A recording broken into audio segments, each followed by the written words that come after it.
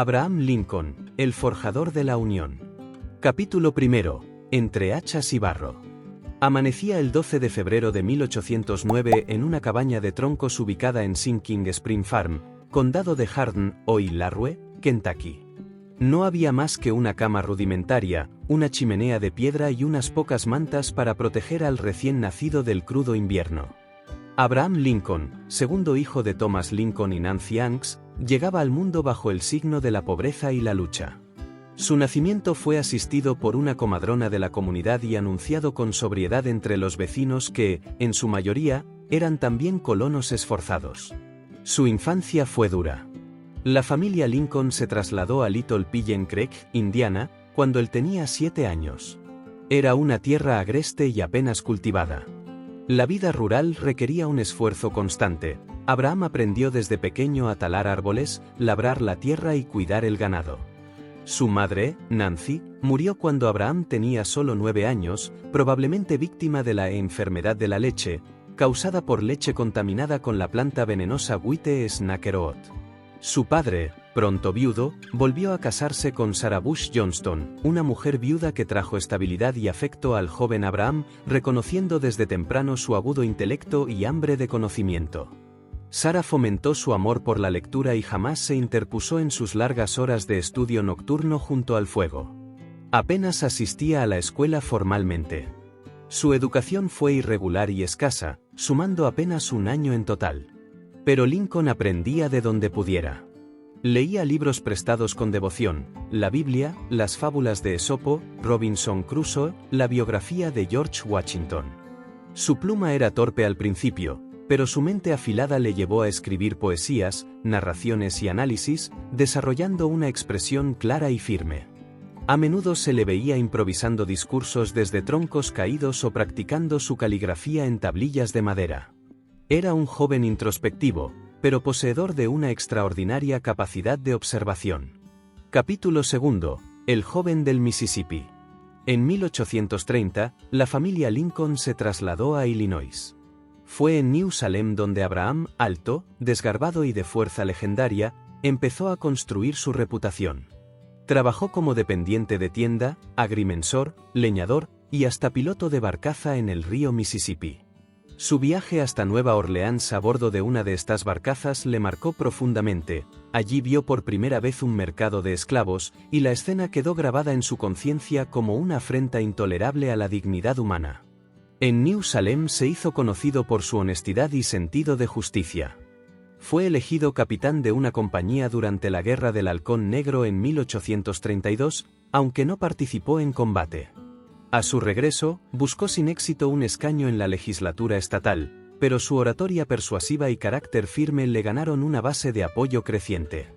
Su deseo de aprender lo llevó a estudiar leyes de forma autodidacta. Leía manuales legales por las noches y discutía casos hipotéticos con amigos. Fue admitido al Colegio de Abogados en 1836. Su habilidad para presentar argumentos claros y su honradez sin mancha le valieron el respeto incluso de sus adversarios. En Springfield, formó una sociedad legal con William Herndon, un socio más joven que conservaría y divulgaría su memoria años después. Durante este tiempo conoció a Mary Todd, una joven culta y ambiciosa de Kentucky. Se casaron en 1842. La unión no fue fácil. Mary era temperamental y sufría crisis nerviosas, mientras Lincoln era introspectivo y melancólico. Tuvieron 4 hijos: Robert, Edward, William y Thomas, conocido como Tad. Solo Robert llegaría a la adultez. La pérdida de Edward y Willie afectó profundamente a ambos padres. Lincoln encontraba consuelo en el trabajo, mientras Mary caía en episodios depresivos que marcarían su vida. Capítulo tercero. El orador de la lucha moral. Lincoln comenzó su carrera política en la legislatura de Illinois, representando a los Whigs. Era un defensor del desarrollo económico mediante obras públicas, bancos nacionales y tarifas proteccionistas. En 1846 fue elegido al Congreso Nacional. Se opuso a la guerra con México por considerarla una empresa de expansión esclavista. Esta postura le hizo impopular y no fue reelegido. Tras su mandato, volvió a Springfield y dedicó más de una década a su bufete. Durante los años 1850, la cuestión de la esclavitud dominó la política estadounidense. El Acta Kansas-Nebraska de 1854, que permitía decidir a los nuevos territorios si permitían o no la esclavitud, fue un punto de quiebre. Lincoln regresó a la escena pública, no con armas, sino con palabras. Su discurso Casa Dividida, 1858, fue una advertencia moral y política. Una casa dividida contra sí misma no puede mantenerse. Durante los debates contra Stephen Douglas, Lincoln mostró una claridad moral inquebrantable. Douglas defendía la soberanía popular, Lincoln sostenía que la esclavitud era un mal que debía ser contenido y eventualmente abolido. Aunque perdió esa elección al Senado, ganó proyección nacional.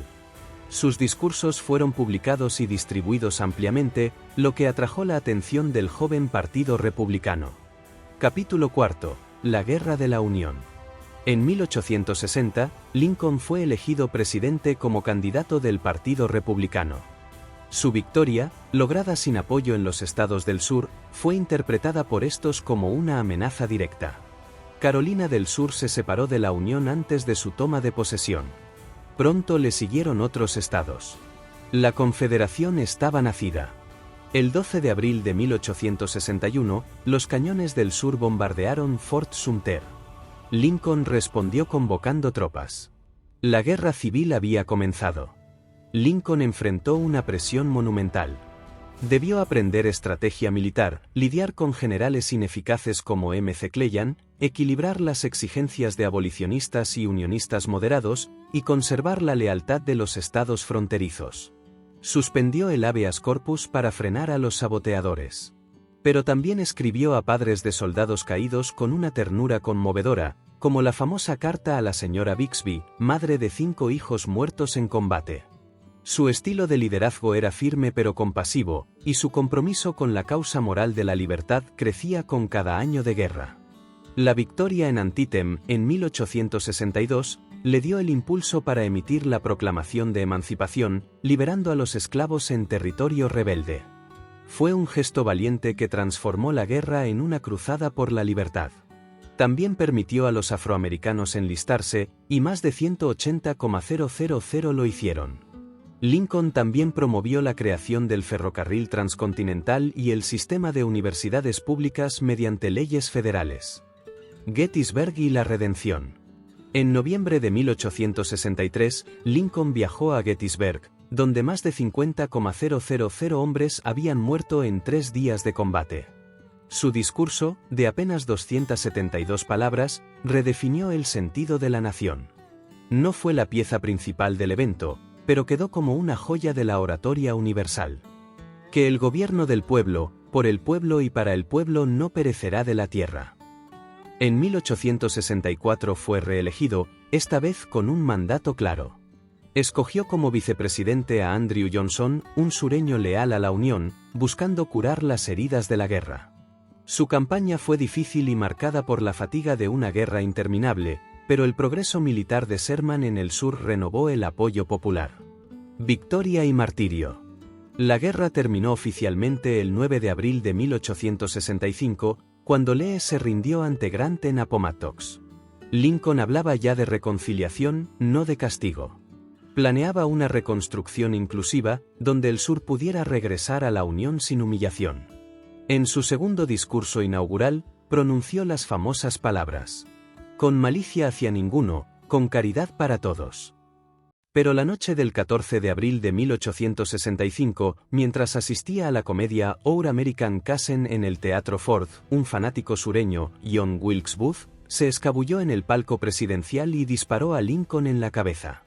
El presidente murió al día siguiente, el 15 de abril, a las 7:22 de la mañana. El eco de una voz justa. Abraham Lincoln fue enterrado en Springfield, mientras una nación entera lloraba. No fue un héroe mitológico, sino un hombre real, melancólico, reflexivo, firme en sus convicciones, dispuesto a cargar con el dolor de una guerra para salvar una idea. Su legado no se mide solo en batallas o leyes, sino en el alma de una nación que sobrevivió a su fractura más profunda gracias a su liderazgo. La abolición de la esclavitud La preservación de la Unión y la expansión del ideal democrático fueron sus legados duraderos. Lincoln sigue vivo en las palabras que dejó, en los derechos que defendieron sus decisiones y en la eterna lucha por una libertad más plena. En él, la República encontró a su guía más noble.